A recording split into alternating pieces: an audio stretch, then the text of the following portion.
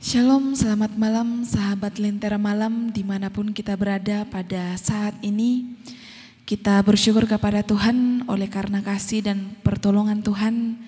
Pada malam hari ini kita boleh bertemu melalui media virtual dalam ibadah Lentera Malam Jumat 20 Mei 2022.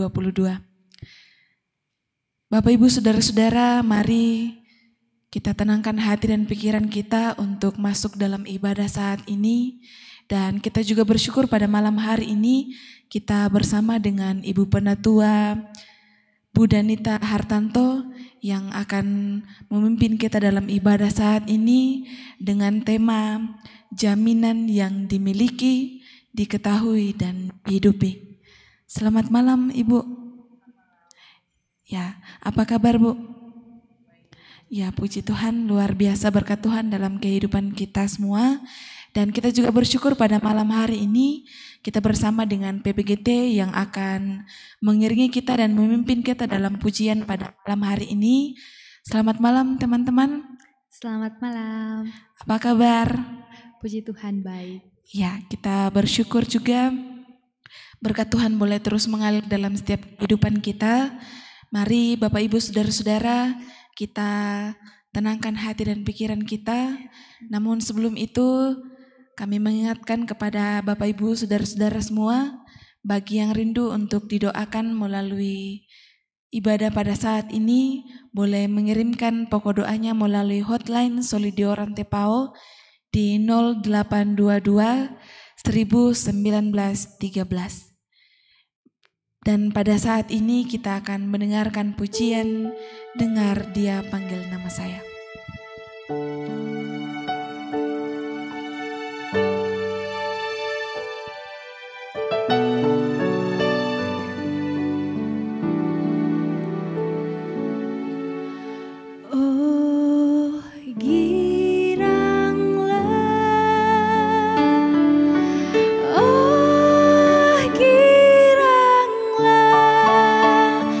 Tuhan Yesus amat cinta.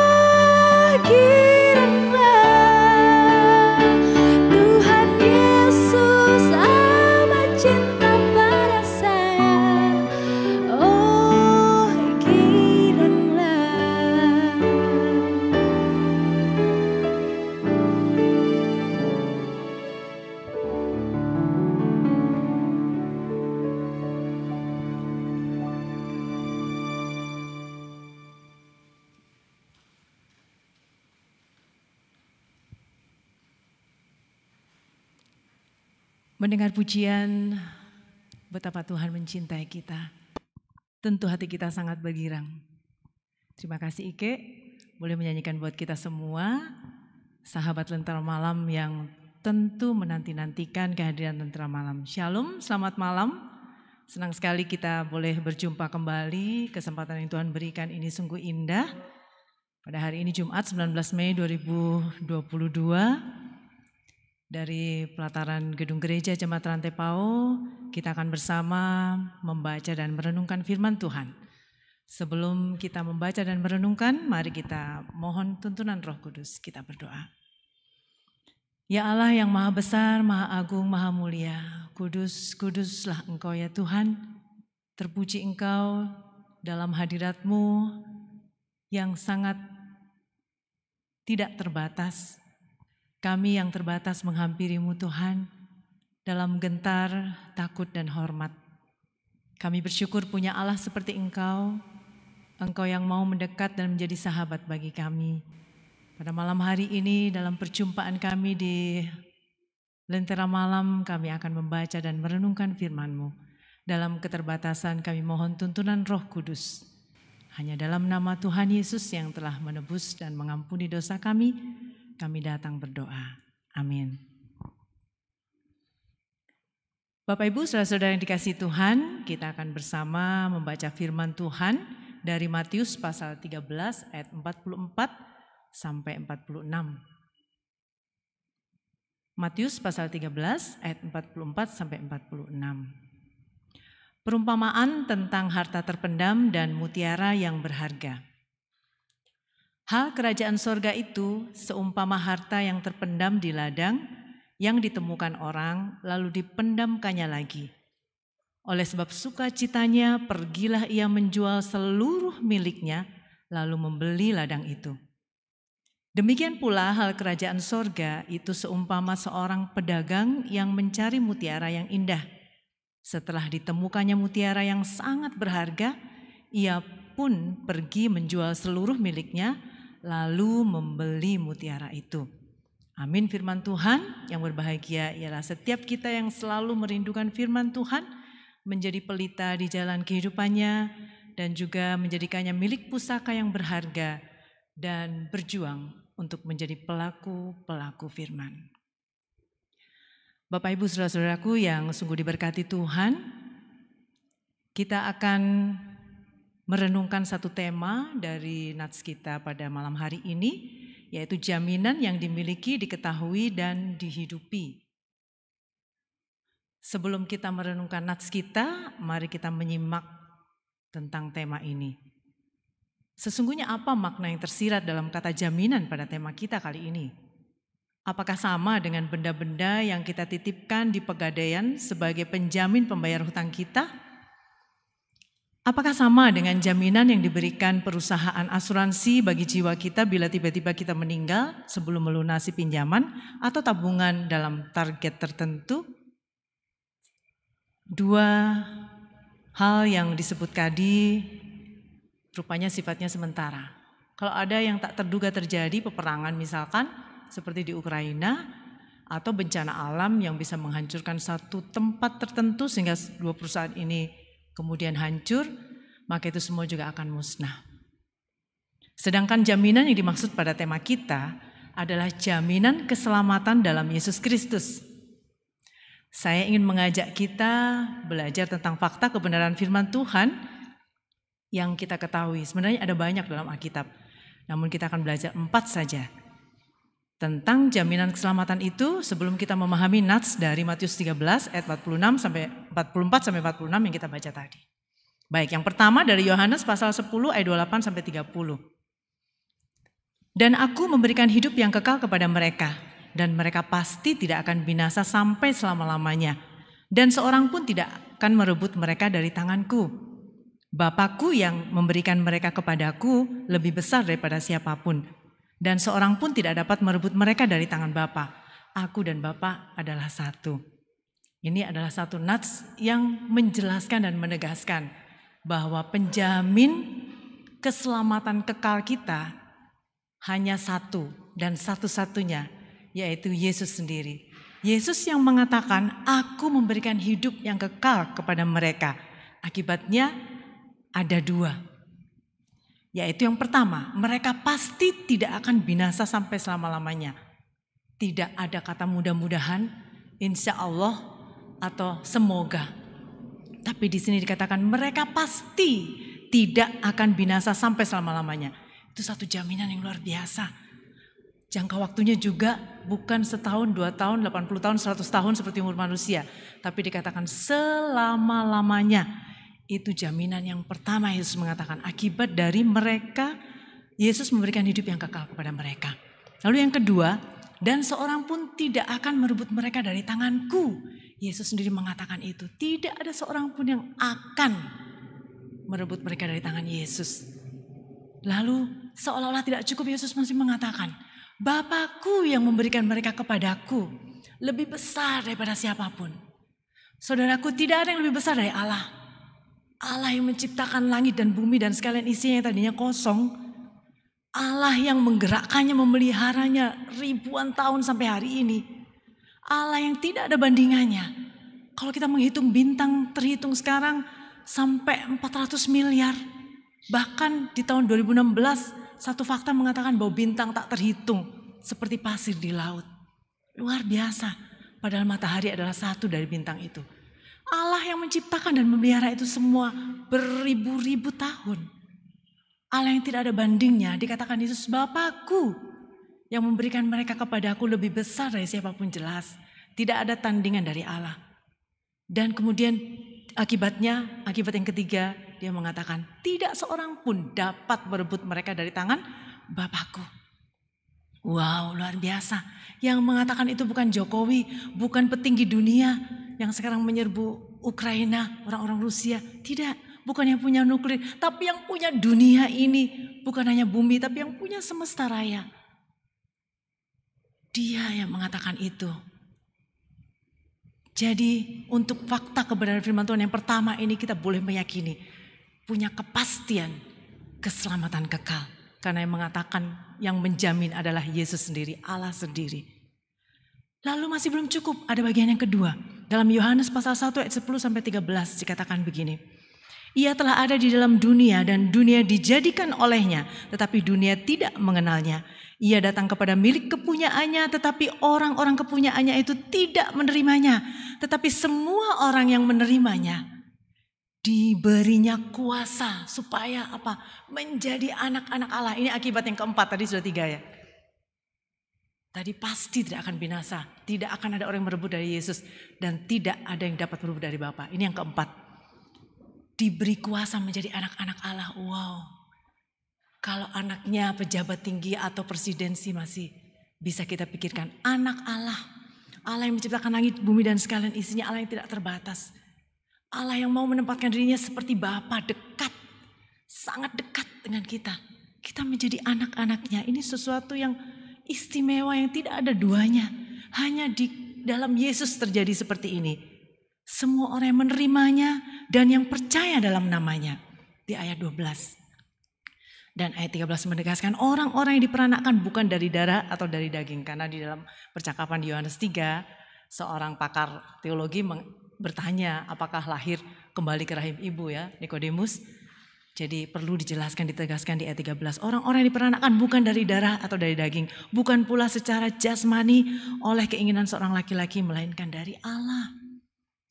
Ketika kita menerima Yesus, ketika kita percaya Yesus, kita diubah status kita.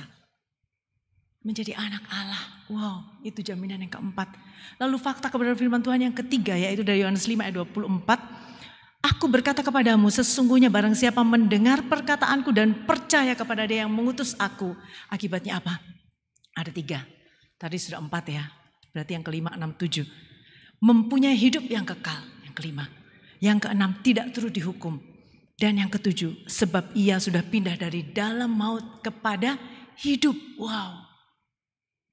Tidak cukup hanya 1, 2, 3, 4. Ada 5, 6, 7 lagi.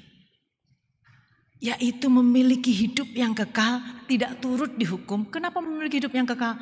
Ya, karena yang punya hidup kekal, yang punya surga adalah Yesus Allah sendiri. Yesus yang memberikannya. dengan cuma-cuma karena manusia nggak bisa mendapatkannya. Harus dengan cuma-cuma karena hanya Allah yang bisa memberikannya. Lalu kenapa tidak terus dihukum lagi kita? Karena hukuman kita sudah ditanggung, sudah digantikan oleh Yesus Allah sendiri. Dengan menggantikan dengan nyawanya. Wow, ini dahsyat sekali. Lalu kemudian fakta akibat yang ketujuh adalah sudah pindah dari dalam maut kepada hidup.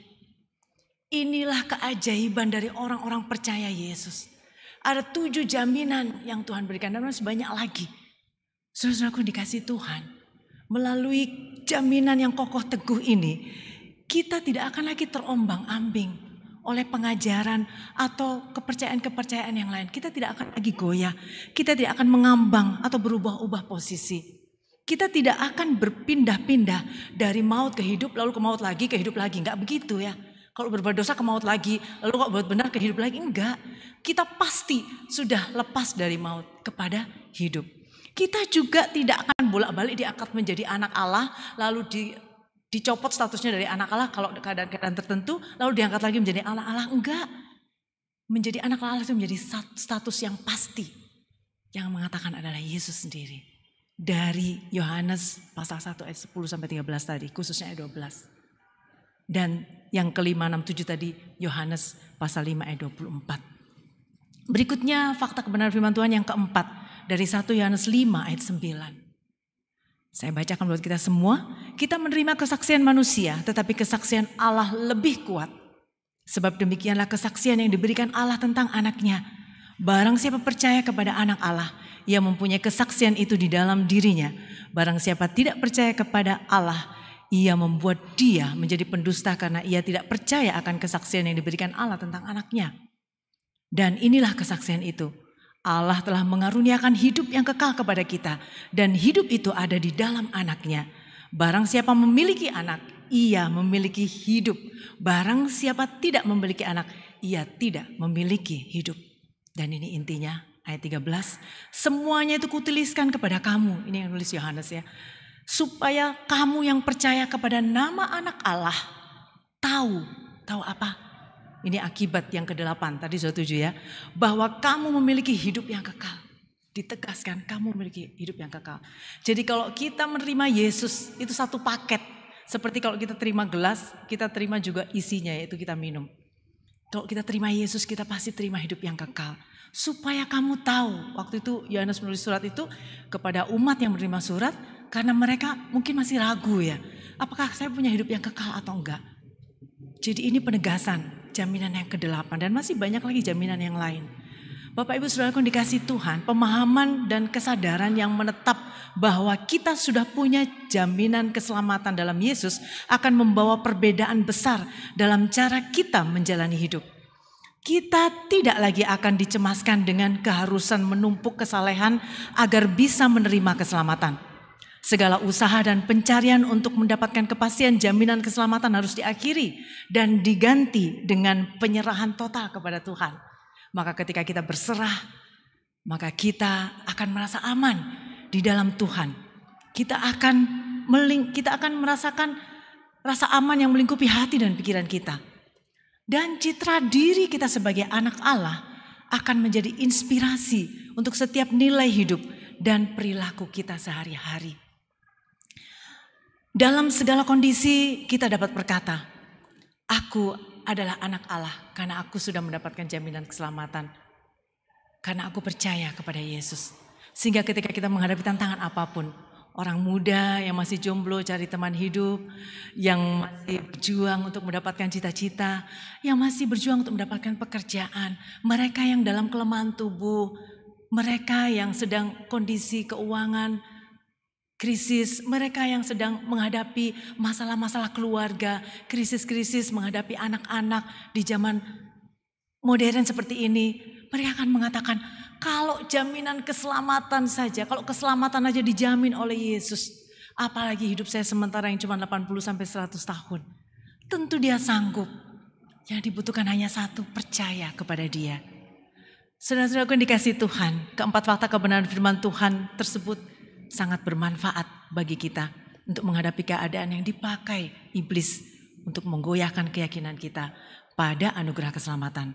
Juga bila kita berbuat dosa dan mendukakan Roh Kudus, kita biasa merasa terhukum. Tapi ada satu nats yang menolong kita dalam 1 Yohanes pasal 1 ayat 9 yang sering dikatakan dalam pengakuan dosa. Jika kita mengaku dosa kita, maka Ia adalah setia dan adil sehingga Ia akan mengampuni segala dosa kita. Dan bukan hanya mengampuni ya, tapi menyucikan kita dari segala kejahatan. Ketika kita terus bertumbuh dalam hubungan dengan Roh Kudus Allah yang ada di setiap kita, kita selalu mengaku dosa ketika kita melakukan dosa. Maka kita akan dibiasakan juga untuk melawan kejahatan dalam diri kita karena kuasa Roh Kudus. Ini luar biasa. Nah, setelah kita mengetahui makna kata jaminan pada tema kita yang sekaligus menjelaskan kata dimiliki dan diketahui, maka pertanyaan berikutnya adalah bagaimana sih hidup dalam jaminan keselamatan? Bagaimana hidup kita sebagai anak-anak Allah yang sudah berpindah posisi dari menuju maut kekal ke menuju hidup kekal. Jadi berbalik 180 derajat. Nah, perikop kita malam ini mengajak kita untuk memperhatikan perumpamaan Tuhan Yesus tentang orang yang menemukan harta terpendam dan mutiara yang sangat berharga. Orang pertama dikatakan menemukan harta terpendam secara tidak sengaja di sebuah ladang. Karena sangat bersukacita, ia pun segera pulang, menjual seluruh miliknya dan membeli ladang tempat harta itu berada. Mungkin tadi Ike menyanyikan itu ya, oh giranglah, oh giranglah. Itu seperti orang yang mendapatkan harta terpendam itu. Yesus itu menjadi harta yang terpendam ini, dia cari selama ini. Orang kedua adalah pedagang yang memang sengaja pergi mencari mutiara yang indah. Dan ketika ia menemukan mutiara yang sangat berharga itu, ia pun menjual seluruh miliknya agar dapat memiliki mutiara yang sangat berharga itu. Wow, mengapa kedua orang ini digambarkan begitu rela dan bersukacita menjual seluruh miliknya untuk mendapatkan sesuatu yang baru ditemukannya? Tentu karena mereka tahu pasti bahwa harta yang mereka temukan itu jauh lebih berharga daripada segala yang mereka miliki sebelumnya. Pertanyaannya, apakah harta yang jauh lebih berharga itu, yang paling berharga itu? Jawabannya pasti benar. Bapak Ibu sudah menjawabnya, yaitu Yesus. Yesus pemberi sorga, pemberi keselamatan itu, pemilik sorga itu. Banyak orang berusaha masuk sorga dengan rela berkorban apapun, uang, waktu, tenaga, melalui ibadahnya supaya amalnya bertumpuk-tumpuk dan diterima Tuhan bisa membuatnya masuk sorga. Bahkan ada juga yang memberikan nyawa. Ada orang yang bom bunuh diri supaya bisa masuk sorga. Sorga itu begitu mahal harganya. Yang punya siapa? Yesus. Yang memberikan siapa? Yesus. Karena kalau kita berusaha sendiri dengan kekuatan kita, seperti melompati dua gunung. Gunung Singki, dari Gunung Singki melompat ke Gunung Sesean. Mana mungkin biarpun juara Olimpiade lompat tinggi. Sehebat apapun, biarpun medalinya sudah 10 kali di Olimpiade. 10 medali tidak akan bisa. Kenapa? Karena sorga itu milik Yesus. Dan Yesus adalah Allah yang sempurna dalam kekudusan. Sempurna itu nilainya sama kalau kita dapat nilai di sekolah. Berapa itu Feby? Sempurna itu nilainya berapa? 100 ya. Jadi nilai sempurna itu dalam hal kekudusan. Jadi kalau satu saja dosa gak bisa masuk surga. Kira-kira ada gak Feby orang yang gak berdosa satu pun dosa? Sedangkan saya dosaku mungkin sudah jutaan. Tapi bersyukur Yesus mengaruniakan anugerah keselamatan. Saya gak bisa menolong diri saya sendiri. Hukuman dosa saya harusnya berat. Tapi Yesus menggantikan saya. Nah, kalau Yesus itu sudah memberi sorga, berarti betapa berharganya si empunya sorga itu. Betapa kita tidak bersyukur, betapa kita tidak mengatakan beruntung dan mengatakan oh giranglah Tuhan Yesus amat cinta pada saya. Kata-kata luar biasa tadi, menggetarkan hati kita semua Bapak Ibu Saudaraku. Kalau Yesus seberharga itu dan dia saat ini sudah menjadi milik dan memiliki kita. Betapa beruntungnya kita, anak-anak Tuhan. Seperti ungkapan Rasul Paulus dalam Filipi 3 ayat 8. Malahan segala sesuatu kuanggap rugi karena pengenalan akan Kristus Yesus Tuhanku lebih mulia daripada semuanya. Oleh karena dialah aku telah melepaskan semuanya itu dan menganggapnya sampah supaya aku memperoleh Kristus. Dia ditangkap oleh Kristus. Dia sudah memiliki dan dimiliki Kristus, tapi dia seolah-olah seandainya bisa kubanding-bandingkan dengan semua predikatku yang begitu banyak, dihormati orang di mana-mana, diberi upah di mana-mana, itu semua dianggap sampah oleh Rasul Paulus. Oh, luar biasa. Saudaraku, jika kita benar-benar memahami dan mengalami hal ini, hidup dalam jaminan keselamatan benar-benar akan mengubah hidup kita. Kita akan dipenuhi gairah dan sukacita besar luar biasa. Kita tidak akan kenal lelah. Makanya ada lagu, jangan lelah bekerja di ladangnya Tuhan. Kita tidak akan kenal lelah untuk lebih dan lebih lagi mengenal Dia dan mengasihi Dia. Dan kita melepaskan apapun demi Dia. Salah satu contohnya C.T. Studd, jutawan keturunan Inggris yang kemudian menjadi misionaris ke Cina, ke Afrika dan ke India. Dia berkata begini, jika Yesus Kristus adalah Allah dan telah mati bagi saya, maka tidak ada pengorbanan yang terlalu besar untuk saya persembahkan baginya. Makanya banyak lagu mengatakan itu ya. Banyak lagu yang begitu menggetarkan. Tidak ada pengorbanan yang terlalu besar untuk Yesus yang telah mati bagiku. Juga kita tentu masih ingat Van der Lustre yang memberikan nyawanya demi pekabaran Injil di Toraja. Nyawanya diberikannya. Dia bilang tidak sebanding nyawaku dengan nyawa Yesus. Dan kemudian ada seorang bernama Nick Vujicic, dia seorang Australia, dia seorang difabel tanpa tangan dan kaki. Dia awalnya punya 2 perusahaan dan punya karyawan. Dia tinggalkan itu untuk memberi motivasi kepada generasi dan para difabel di seluruh negara. Di negara-negara dia memberikan motivasi karena dia merasa perjumpaannya dengan Yesus itu harganya mahal, melebihi semuanya, nilainya sangat besar. Hanya sedikit orang yang saya sebut, padahal masih banyak lagi. Mereka adalah sama dengan perempuan Samaria yang ketemu Yesus di sumur Yakub. Meninggalkan semua predikat buruknya dan mengundang banyak orang ketemu Yesus. Dan juga sama seperti Maria yang membeli minyak narwastu mahal dan dikecam oleh Yudas. Demi membasuh Yesus dengan rambutnya dan minyak yang mahal. Lalu Zakeus yang mengorbankan hartanya, semua hartanya. Bahkan dia rela mengikut Yesus. Mereka membayar harga untuk pertemuan dengan Yesus sama seperti Rasul Paulus. Saudara-saudaraku yang dikasihi Tuhan, maukah kita berada dalam deretan penemu harta terpendam dan mutiara yang sangat berharga itu? Sehingga kita dapat mengatakan, di dalam Yesus, bersama Yesus, aku bisa hadapi semua. Hidupku beruntung karena aku ketemu Yesus. Hanya satu saja kuncinya kalau kita mau ada deretan itu. Yaitu 1 langkah percaya, karena 9 langkah sudah dilakukan Yesus. Percaya kepada Yesus. Maukah saudara? Terpuji nama Tuhan. Amin. Sungguh luar biasa firman Tuhan yang boleh kita dengarkan bersama-sama pada malam hari ini. Yang boleh meneguhkan kita akan jaminan keselamatan yang diberikan oleh Allah secara cuma-cuma. Mari Bapak Ibu Saudara-saudara, kita menghidupi dalam kehidupan kita sehingga kehidupan kita boleh berdampak bagi keluarga kita, bahkan orang-orang yang ada di sekitar kita. Bapak Ibu Saudara-saudara yang terkasih, kita akan masuk dalam doa syafaat. Namun sebelum itu kami kembali mengingatkan bagi Bapak Ibu Saudara-saudara yang rindu untuk didoakan, untuk mengirimkan pokok doanya melalui live chat atau boleh melalui hotline Solidio Rante Pao di 0822 1913. Untuk menuntun kita masuk dalam doa syafaat, kita mendengarkan lagu Besarlah Untungku.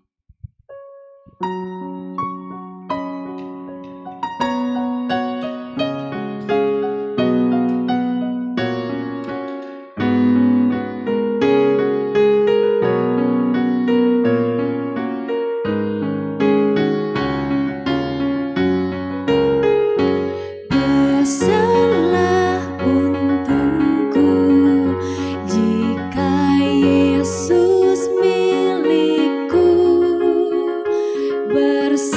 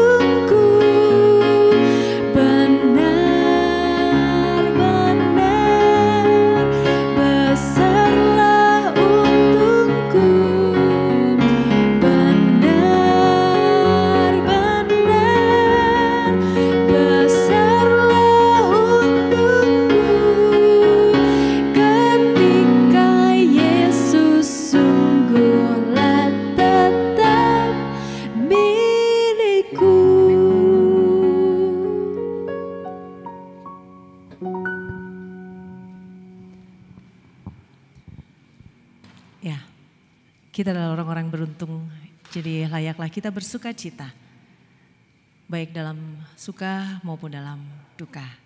Terima kasih Ike yang sudah menyanyikannya dengan sangat indah bagi kita semua. Kita akan masuk dalam doa syafaat dan kita akan mendoakan bersama-sama.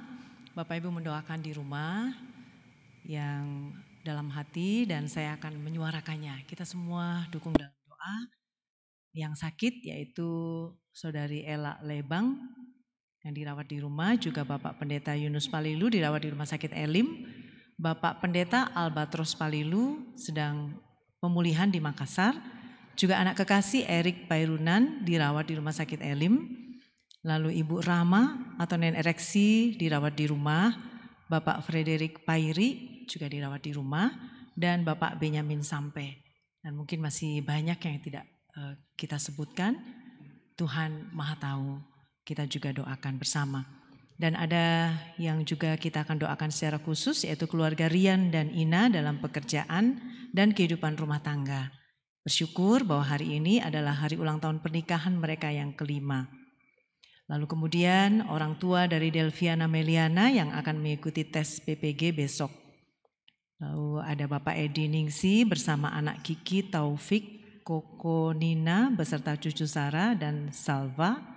Dalam kehidupan, pekerjaan, dan pengharapan untuk kehadiran anggota baru dalam keluarga. Juga berikutnya persiapan anak-anak yang akan mengikuti tes masuk perguruan tinggi, yaitu Gracia Violeta, Ujun Batara, Immanuel Pongsapan, Annabella Gladys Rantepasang, dan anak-anak yang lain yang tidak disebutkan satu persatu. Lalu kita juga mendoakan konvensi pendeta Gereja Toraja di Asrama Haji Sudiang. Lalu persiapan Jambore Nasional SMGT, Peraya PPGT, Persidangan PWGT. Dan rencana Pesparawi pada bulan Juni di Yogyakarta. Baik, kita akan masuk dalam doa syafaat. Mari kita teduhkan hati kita. Kita berdoa. Ya Tuhan, Engkau Allah yang maha besar. Dan Engkau tetap Allah sekalipun kami terbatas dalam memahami keberadaan-Mu. Kami bersyukur firman-Mu malam ini menguatkan kami, meneguhkan pengharapan kami. Dan kami percaya Roh-Mu sendiri akan membuat kami bertumbuh dalam iman kepada Allah yang menjamin keselamatan kami. Biarlah ini menjadi bagian dasar dari prinsip iman kami, bahwa keselamatan kami yang sulit diperoleh, dikejar oleh banyak orang dengan segala pengorbanan bahkan nyawa, telah Engkau berikan dengan cuma-cuma sebagai anugerah, karena Engkau tahu kami tidak mungkin memperolehnya dengan kekuatan kami sendiri. Kami bersyukur punya Allah yang mau berkorban buat manusia, yang seharusnya tidak pantas untuk diberi belas kasihan, namun Engkau mengasihani kami, terlalu besar kasih-Mu Tuhan buat kami. Terima kasih untuk perenungan ini sehingga kami diteguhkan, ketika kami menghadapi berbagai macam tantangan kehidupan, ketika kami mengalami krisis-krisis dalam kehidupan kami, dalam berbagai dimensi kehidupan kami, baik aspek keuangan, aspek sosial, juga hubungan-hubungan yang retak, bahkan juga Tuhan tentang masa depan kami yang seringkali membuat kami galau. Apa yang akan terjadi dengan kehidupan kami di masa yang akan datang, dalam kondisi carut marut, berbagai macam dimensi kehidupan manusia, kami mau datang kepada Tuhan yang maha besar, Tuhan yang menjamin keselamatan kami. Kalau keselamatan kami yang begitu tidak terbatas itu boleh Engkau usahakan dengan memberi nyawa-Mu sebagai ganti penembus hidup kami atas dosa-dosa kami, maka kehidupan kami yang sementara pasti Engkau pegang. Beri kami kekuatan untuk tetap taat dalam iman kami kepadamu, sehingga kepercayaan kami, pengharapan kami terus teguh di dalam Yesus Kristus.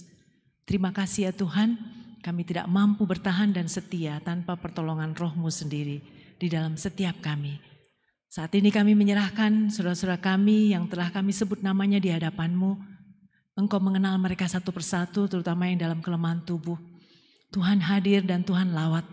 Tuhan memberikan jamahan, sehingga mereka boleh mengalami damai sejahtera-Mu yang melampaui segala akal dan boleh bertumbuh dalam iman pengharapan, meyakini bahwa Tuhan menyayangi mereka, bahwa kesembuhan bagi Tuhan adalah hal yang kecil jika Engkau akan melakukannya. Namun Tuhan, seringkali kami tidak mengerti tentang kehendak dan rencana-Mu, karena kami terbatas dalam mengenal Engkau. Oleh sebab itu, kuatkan pengharapan kami, secara khusus semua hamba-Mu yang sedang dalam kelemahan tubuh, baik yang dirawat di rumah maupun yang ada di rumah sakit.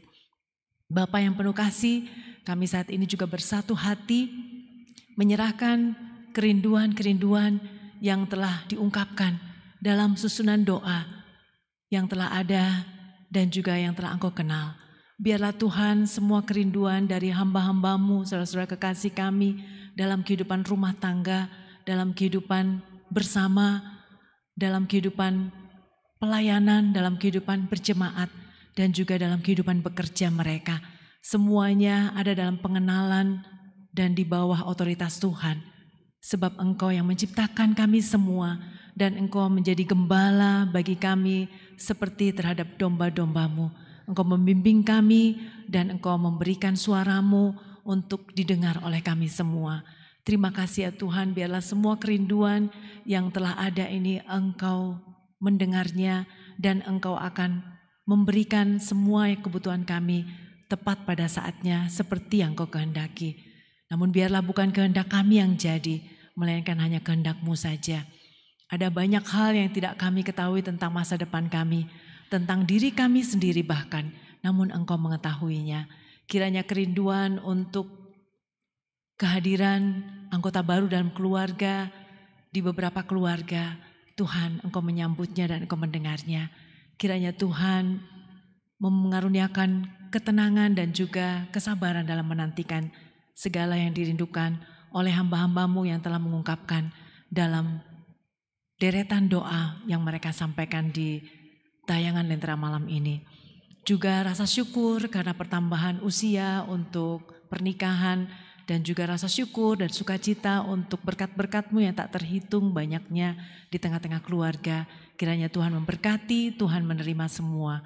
Dan kami menyerahkan rencana-rencana, program-program yang akan dilaksanakan di gereja milik-Mu ini, di Gereja Toraja, baik dalam lingkup jemaat, lingkup klasis, lingkup wilayah maupun lingkup nasional. Dalam kategori sekolah minggu, pemuda, PWGT maupun juga dalam kategori-kategori yang lain. Bagi hamba-hamba-Mu Tuhan yang sudah memasuki usia indah, kami juga mendoakan bersama.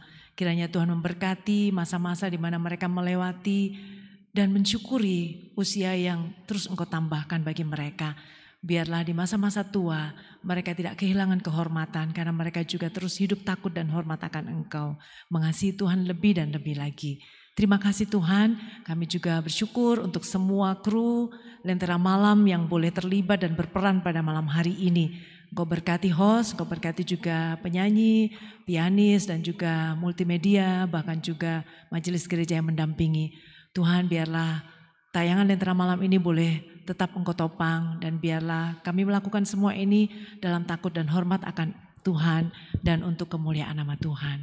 Terima kasih Bapa, kami menyerahkan hamba-hamba Tuhan yang mengikuti konvensi di Makassar Tuhan.